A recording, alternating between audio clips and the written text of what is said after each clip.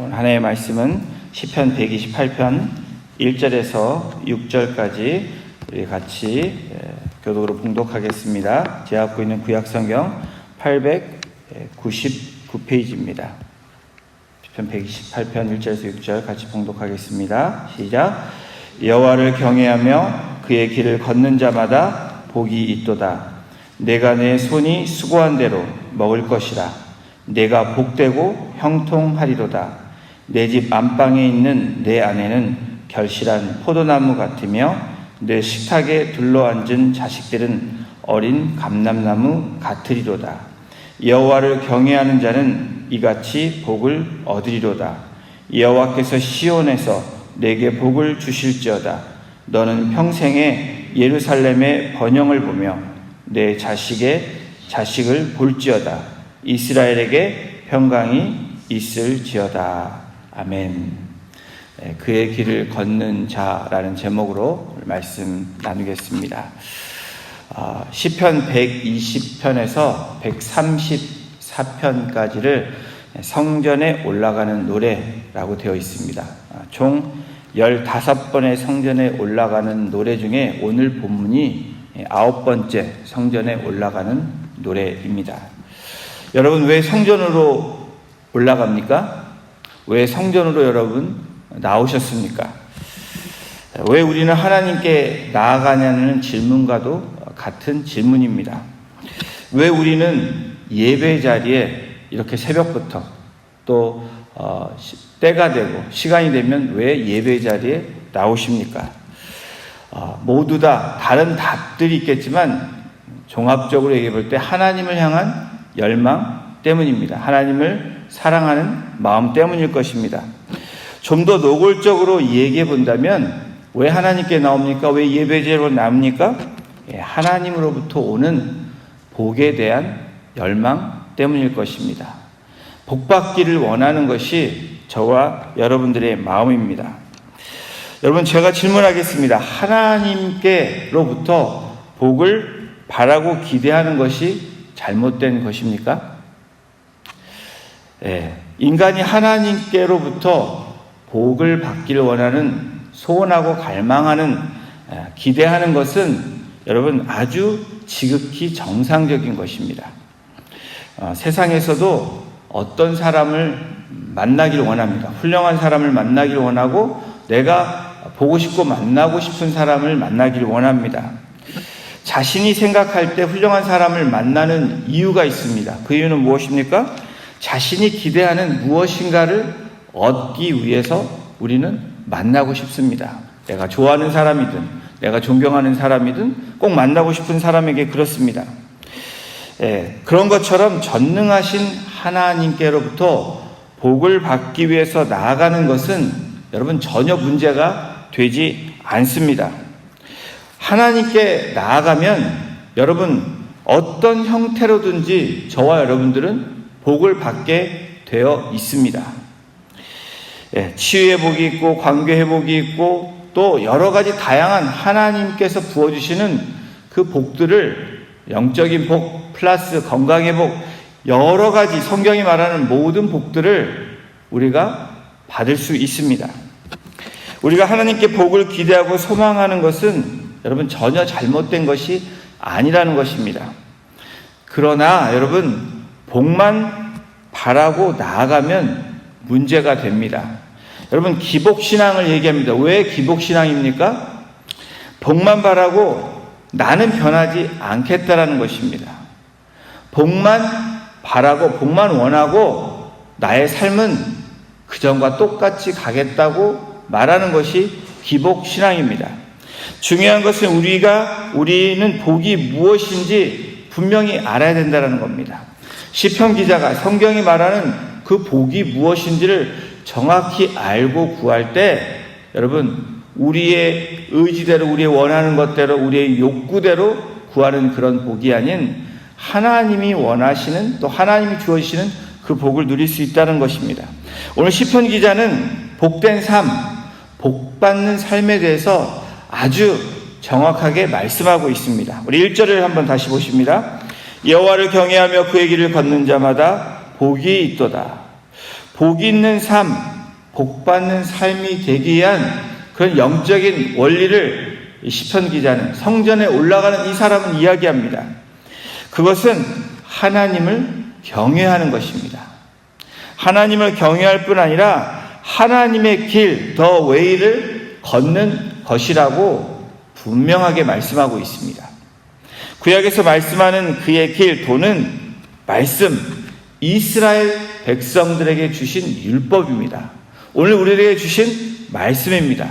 그 길을 걷는 자, 그것은 결론적으로 하나님을 경외하는 자들이 그 길을 걸을 수 있는 것이라는 것과 일치합니다.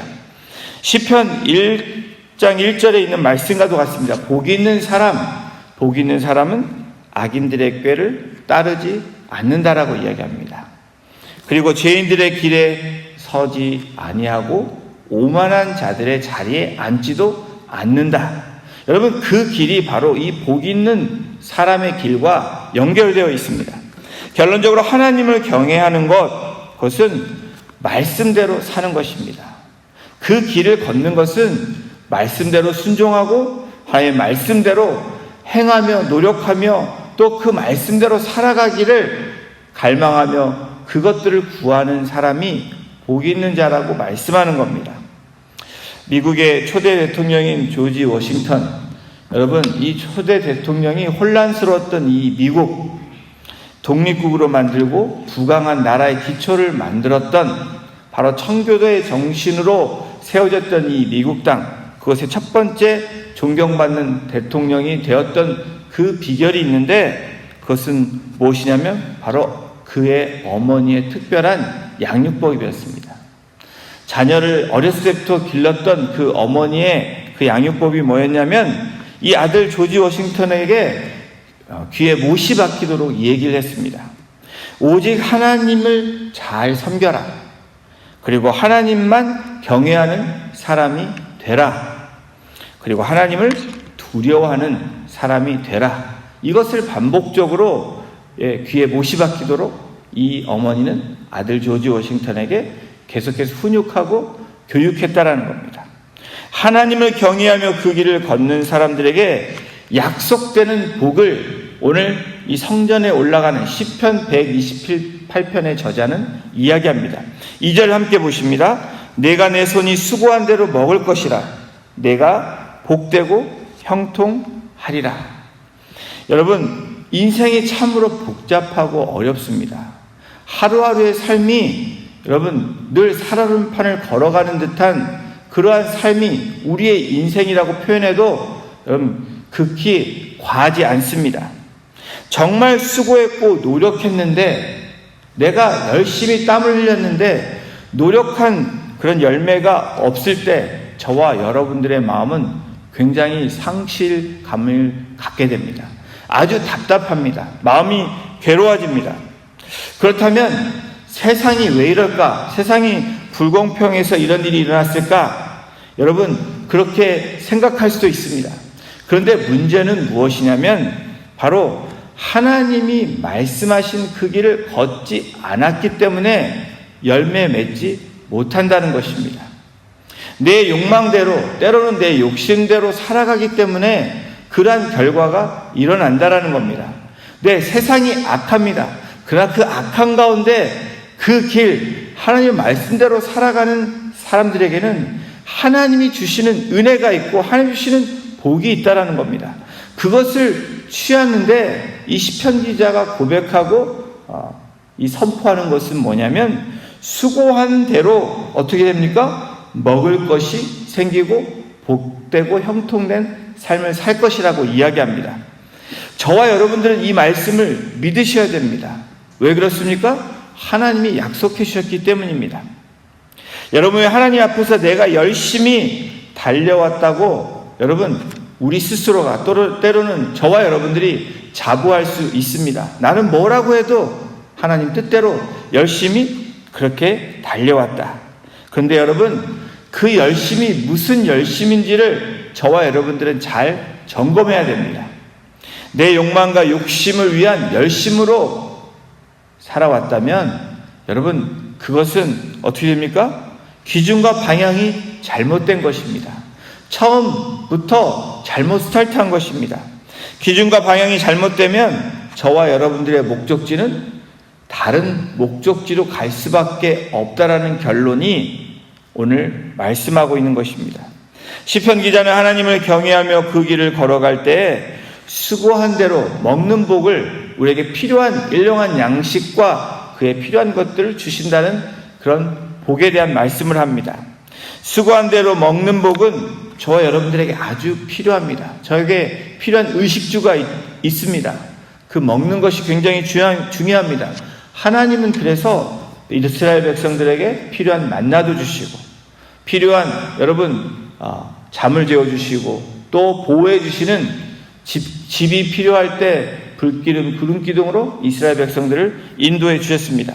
그러나 가장 복되고 형통한 일, 그 일을 말씀하고 있는데 바로 하나님을 경외하는 자들에게 어떤 복이 있는지 3절에 말씀하고 있습니다. 우리 3절을 함께 보십니다. 내 집 안방에 있는 내 아내는 결실한 포도나무 같으며 내 식탁에 둘러앉은 자식들은 어린 감람나무 같으리로다. 이 노래를 부르고 있는 사람이 여러분 누구라고 말씀드렸습니까? 오늘 첫 번째 타이틀이 118편에 바로 1절 시작하기 전에 성전에 올라가는 노래. 이 노래를 부르고 있는 사람은 성전에 올라가고 있는 사람입니다. 성전에 올라가는 사람은 분명히 성인 남자일 것입니다. 이 남자 성인에게 있어서 가장 중요한 복이 무엇일까? 여러분, 무엇이겠습니까? 그것은 내 집 안방에 있는 내 아내는 결실한 포도나무 같다라고 고백합니다. 그리고 식탁에 둘러 앉은 자식들은 어린 감람나무 같다라고 고백하고 있습니다. 내 집 안방에, 이 안방의 이 원어의 의미는 아주 깊숙하고 은밀하다는 것입니다. 누구도 모르는 깊숙하고 은밀한, 가장 깊숙하고 은밀한 그곳에 여러분 무엇이 있습니까? 행복이 있고 그 축복이 있다는 것을 말씀해 주고 있습니다. 왜 아내를 결실한 포도나무 같다? 나무도 그렇게 많은데 왜 시편 기자는 포도나무로 비유했을까? 분명히 이유가 있습니다. 이 포도나무는 이스라엘의 환경과 문화를 생각해 볼 때 가장 중요한 나무 중에 하나입니다. 왜 그렇습니까? 이 포도나무가 열매를 맺습니다. 무엇을 맺힙니까? 포도를 맺힙니다. 이스라엘 백성들에게 이 포도는 굉장히 중요합니다. 이스라엘의 환경, 여러분 기후 조건이 사계절이 있지 않다라고 제가 한번 말씀드린 적이 있습니다. 여러분도 알고 계실 것입니다. 이스라엘은 우기 아니면 건기입니다. 비가 오거나 아니면 비가 오지 않는 시즌이 바로 이스라엘의 기후입니다. 여러분 그래서 우기 때는 물이 많지만 이 건기 때 비가 오지 않을 때는 물이 없습니다. 물이 없으면 마시는 물이 부족합니다. 그래서 이스라엘은 이 포도나무에서 맺히는 이 포도를 가지고 포도주를 만듭니다. 그리고 그 포도주를 물이 없을 때 대신으로 마신다는 겁니다. 그래서 여러분 이스라엘에서 매년마다 포도주를 만들어서 특별히 큰 잔치가 있을 때, 혼인과 같은 잔치가 있을 때 많이 모아두었던 오래 저장했던 포도주를 내놓는 것이 문화입니다. 그래서 좋은 포도주를 혼인잔치에 내놓을 때 여러분 이 잔치가 크게 열릴 때 좋은 포도주를 내놓는 그 주인은 여러분 어떻습니까? 아주 좋은 잔치를 베푸는 주인입니다. 가나의 혼인잔치가 그랬습니다. 몇 년 동안 모아두었던 포도주를 꺼내서 손님들에게 내놓는 것, 그리고 물이 없을 때 마시는 그 의미가 바로 이 포도나무라는 것입니다. 여러분 이 없으면 잇몸으로 먹는다는 말이 있습니다. 그래서 어쩌면 이 문화를 모르면 포도주 없으면 다른 거 마시면 되지라고 생각할 수도 있습니다. 어린애 아이들에게 옛날에 정말 밥이 없어서 밥을 굶었다라는 얘기하면 아이들이 뭐라고 얘기한다고 합니까? 라면 먹으면 되지 라는 얘기와도 마찬가지입니다. 이스라엘 문화는 포도주가 떨어지게 되면 문제가 된다는 겁니다. 포도주가 떨어지는 잔치는 어떻게 됩니까? 잔치가 끝이 난다라는 겁니다. 예, 이 의미를 살려서 여러분 결실한 포도나무 같다. 누가? 아내가 그렇다라는 것입니다. 가장 가까이 있고 가장 잘 알고 있는 이 성인 남자에게, 결혼한 남자에게 가장 중요한 가정에서 아내를 표현할 때 결실한 포도나무 같다라고 시편 기자는 표현하고 있습니다. 이와 같은 복이 어디 있습니까? 여러분, 포도는 기쁨을 상징합니다. 행복을 상징합니다. 포도는 알찬 열매를 상징하고 있습니다. 그 다음으로 나오는 말씀이 무엇입니까? 내 식탁에 둘러앉은 자식들은 어린 감람나무 같다라고 이야기합니다. 왜 자녀들을 감람나무라고 이야기합니까? 아내는 결실한 포도나무, 자녀들은 감람나무. 감람나무에 대해서 살펴볼 필요가 있겠죠, 여러분. 바로 많고 많은 나무 중에 왜 하필이면 감람나무입니까? 이스라엘에게, 이 나라에게 필요한 감람나무가 있습니다. 감람나무에서 열리는 열매가 무엇입니까? 예, 올리브입니다. 이 올리브를 짜서 만들면 기름을 짜는데 이스라엘에서 이 기름 굉장히 중요합니다. 무엇입니까? 바로 이 왕과 제사장과 선지자에게 기름을 부을 때 무엇을 바릅니까? 이 올리브 기름을 바릅니다. 올리브 기름을 붓습니다. 그리고 여러분, 캄캄할 때, 등불을 밝힐 때 무엇을 썼습니까? 이 올리브 기름을 사용했습니다. 네. 그리고 먹을 때, 먹는 것으로, 또 치유할 때, 사람을 병든 자에게 치유하며 기도할 때 이 기름을 썼는데 이것이 바로 올리브 기름입니다. 이 감람나무는 한번 싹이 트면 여러분 잘 죽지 않습니다. 그리고 오랫동안 수천 년 동안 살 수 있는 것이 감람나무의 특징입니다. 감람나무 같은 자녀들이 식탁에 둘러 앉았다. 여러분, 이것을 무엇을 이야기합니까? 오래도록 이 식탁이라는 의미는 먹고 마시고 함께하는 것입니다. 여러분, 밥 먹을 때가 가장 행복할 때 중에 하나입니다. 그리고 가족이, 공동체가 먹을 때 굉장히 마음의 문이 많이 열립니다. 공동체로 치면 여러분 이 커뮤니언이 열려지는 것이고, 가족 공동체로 치면 여러분 대화의 방이 열리고 또 마음의 문이 열리기 시작하는 것이 바로 식탁에 둘러 앉았다라는 것입니다. 이러한 일들은 하나님을 경외할 때 그 길, 말씀을 따라가는 자들에게 오는 복이라고 시편 기자는 말씀하고 있는 것입니다. 미국의 목회자였던 이 D.L. 무디는 다음과 같이 말을 남겼습니다. 자신을 의지하면 실망하게 되고, 친구를 의지하면 헤어지게 되고, 돈을 의지하면 패망하게 되지만 하나님을 의지하면 축복을 누리게 될 것이다. 여러분, 이 말에 저와 여러분들은 동의가 돼야 됩니다. 그리고 이 말씀에 바로 이 시편 기자가 말한 말씀과도 동일합니다. 여러분, 이 시편 기자는 하나님을 경외하는 것, 의지하는 것, 그럴 때 오는 복들이 바로 이러한 것이다. 바로 인간에게 필요한 일용한 양식뿐 아니라 가장 최초로 만들어진 이 가정에 여러분 결실한 포도나무 같고, 사랑스러운 아내가 가장 가까이 있는 사람, 은밀한 사람, 아무도 이 관계를 모르는 가운데 가장 중요한 행복이 있고 축복이 있고, 더불어 자녀들은 여러분 계속해서 하나님부터 부어지는 축복의 자녀들로 살아갈 수 있다는 것을 말씀하고 있습니다. 이 시편 기자는 계속해서 말씀을 합니다. 이 4절을 함께 보십니다. 여호와를 경외하는 자는 이같이 복을 얻으리로다. 다시 한번 3절까지 얘기하고 4절에 여호와를 경외하는 자에 대해서 또 이야기합니다. 이같이 복을 얻으리로다. 어떤 복을 이야기합니까? 바로 이제는 좀 더 확대된 복을 이야기합니다. 5절을 함께 보십니다. 여호와께서 시온에서 내게 복을 주실지어다.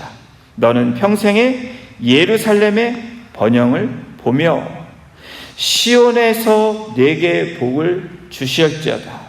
여러분, 시온은 어디입니까? 바로 이 시온은 신앙 공동체를 이야기합니다. 가정에서 복을 받는 그 다음으로 중요한 복이 우리에게 어떤 복입니까? 바로 신앙 공동체에서 부어지는 축복입니다. 여러분, 예배할 때, 함께 교제할 때, 함께 모일 때, 떡을 떼며 기도할 때 부어주시는 그 은혜, 바로 우리가 모이기를 힘써야 되는 신앙 공동체에 주어지는 복, 이것이 바로 여호와께서 하나님을 경외하는 자들에게 시온에서 내게 복을 주겠다라고 약속합니다. 그리고 너는 평생에 예루살렘의 번영을 볼 것이다. 여러분, 우리에게 가장 필요한 복들이 무엇이라고 생각합니까? 우리가 섬기는 신앙 공동체, 아니 우리가 함께 모이는 신앙 공동체가 건강한 가운데 나아가기를 모두 다 갈망할 것입니다. 소원할 것입니다. 소망하는 것이 저와 여러분들의 모습입니다. 내가 섬기고 또 함께하는 공동체가 늘 건강한 가운데 하나님이 기뻐하시는 그 공동체로 서 나가는 것, 그것이 저와 여러분들의 바람이지 않습니까? 바로 이스라엘 백성들, 특별히 성전에 올라가며 노래하는 사람들이 그 복받기를 원하며 그 시온이라는 곳, 예루살렘이라는 곳은 어디입니까? 하나님이 거하는 장소고 하나님을 만나는 장소가 바로 시온이고 예루살렘이라는 것입니다. 바로 신앙생활, 이 교회 생활을 잘 한다라는 의미를 말씀하는 것입니다. 여러분, 그렇게 신앙 공동체 생활을, 그런 복을 누리는 그 사람들은 바로 하나님을 경외하는 사람들이라고 말씀합니다. 그러면서 이 신앙생활을 잘하는 시온과 예루살렘의 복받는 자들의 그 영적인 복의 완성을 마지막으로 6절에 시편 기자는 고백하고 마무리하고 있습니다. 그것이 무엇이냐면, 내 자식의 자식을 볼지어다 이스라엘에게 평강이 있을지어다. 여러분, 무엇입니까? 마지막에 우리에게 주어지는 것은 피스라는 것입니다. 세상이 줄 수 없는 평강을 누리는데 바로 저와 여러분들에서 끝나는 것이 아니고 자자손손 복의 복으로, 은혜로 하나님께서 바로 하나님을 경외하는 자들뿐 아니라 그 자들의 자녀, 자자손손이 복을 받게 될 것이라고 말씀하고 있는 것입니다. 성 어거스틴은 하나님을 경외하면 마음의 행복과 평화를 얻을 것이다 라고 고백하고 있습니다. 여러분, 이것이 무엇을 이야기합니까? 하나님을 경외하는 사람들이 누렸던 그 축복을 이 성 어거스틴은 본인도 누리고, 과거에 누렸던 어떤 상황에서도, 좋지 않은 상황에서도, 어려운 상황에서도, 그 환경과 역경에서도 하나님을 경외하는 자들이 누렸던 그 축복이 바로 이런 것이다 라고 이야기하는 것입니다. 이스라엘에게 평강이 있을지어다. 여러분, 이것은 무엇을 얘기합니까? 이스라엘은 바로 하나님의 백성을 이야기합니다. 바로 오늘 저와 여러분들에게 말씀합니다. 우리가 바라보는 것이 무엇입니까? 세상을 바라본다면 저와 여러분들에겐 평강이 없습니다. 그러나 여호와를 경외하는 자, 여호와를 의지하는 자, 하나님을 바라보는 자들에게는, 성전에 올라가며 하나님을 만나는 그 자들에게는 하나님이 주시는 마지막 결론은 무엇이냐면, 너희에게 평강이 있을지어다. 여러분, 이처럼 놀라운 복이 어디 있습니까? 세상은 정말 이 어둠입니다. 그리고 우리가 바라보는 이 환경들은 여러분 암담합니다. 내가, 내 가족, 내가 지금 문제를 바라보면 답이 없습니다. 그러나 하나님을 경외할 때 그 길을 걸어가는 자들에게 주시는 것은 바로 마음의 평강과 하나님이 주시는 축복, 그 행복이 있다라는 것을 말씀합니다. 기독교 정신은 하나님을 경외하는 것이다 라고 말하는 철학자 괴테의 말처럼, 여러분, 우리가 믿는 하나님, 바로 그 하나님은 전능하신 하나님이시다 라고 우리가 고백합니다. 그 전능하신 하나님 앞에 나오는 자들, 바로 하나님을 두렵고 떨림으로 그 말씀을 받는 자들, 그 말씀대로 살아가는 그 자들에게는 오늘 시편 기자 이 128편의 고백처럼 바로 저와 여러분들이 취하고 또 저와 여러분들이 나누고 또 저와 여러분들이 그것을 자자손손에게 남겨줄 수 있는 유산이고 복이라는 것을 믿는 저와 여러분이 되시기를 주님의 이름으로 축원합니다. 여러분, 기도로 맡기고 감사로 맡길 수 있는 저와 여러분이 될 때, 또 인내로 하나님 앞에 나아가며 그 사랑 앞에 무릎 꿇고 그 은혜를 구하는 자들이 될 때, 또 이 모든 상황 가운데 하나님께 영광으로 우리가 찬송하며 주 앞에 노래하는 자들이 될 때, 여러분, 오늘도 하나님은 살아서 역사하셔서 저와 여러분들에게 주시는 놀라운 평안, 위로, 그리고 위로부터 부어지는 그 축복을 통해서 오늘도 저와 여러분들은 넘어져 있는 자가 아닌 엎드리며 다시 일어나는 자들로 우리가 다시 부활하는 그런 복된 삶이 되시기를 주님의 이름으로 축원합니다. 기도하시겠습니다. 여호와를 경외하며 그의 길을 걷는 자마다 복이 있다라고 그렇게 우리에게 주시는 말씀을 오늘 저희들이 주님 그 말씀을 두렵고 떨림으로 받으며 하나님의 말씀 안에 거하는 자들로 그 말씀에 순종하는 자들로 나아가기를 주님 소원합니다. 하나님, 오늘도 다른 것에 초점 두지 아니하게 하시고 다른 것에 주목하지 아니하게 하시고 주시는 말씀, 바로 새벽 이슬 위에 취할 수 있는 만나처럼 새벽을 깨우며 그 말씀을 사모하며 나온 하나님의 거룩한 백성들 가운데 이 만나를 취함으로 오늘도 우리가 이 삶을 이겨내게 하시고 또 이 삶 가운데 승리하게 하시고 또 우리 삶 가운데 하나님을 경외하며 하나님께 영광 돌릴 수 있는 하나님의 기쁨이 되는 거룩한 하나님의 한 사람, 바로 예배하는 자들로 설 수 있도록 오늘 이 새벽을 깨며 나오는 주의 백성들 가운데 하나님 오늘도 임재하여 주시고 또 인도하여 주시고 또 그래서 하나님의 영광을 보며 영광을 나타낼 수 있는 복이 있는 자들로 살아가기에 부족함이 없도록 오늘도 주님의 주권 아래 붙들려서 살아가게 하여 주시옵소서. 감사합니다. 모든 영광 주님 앞에 올려드리며 우리를 구원하여 주신 예수 그리스도의 이름으로 감사하며 기도드렸습니다. 아멘.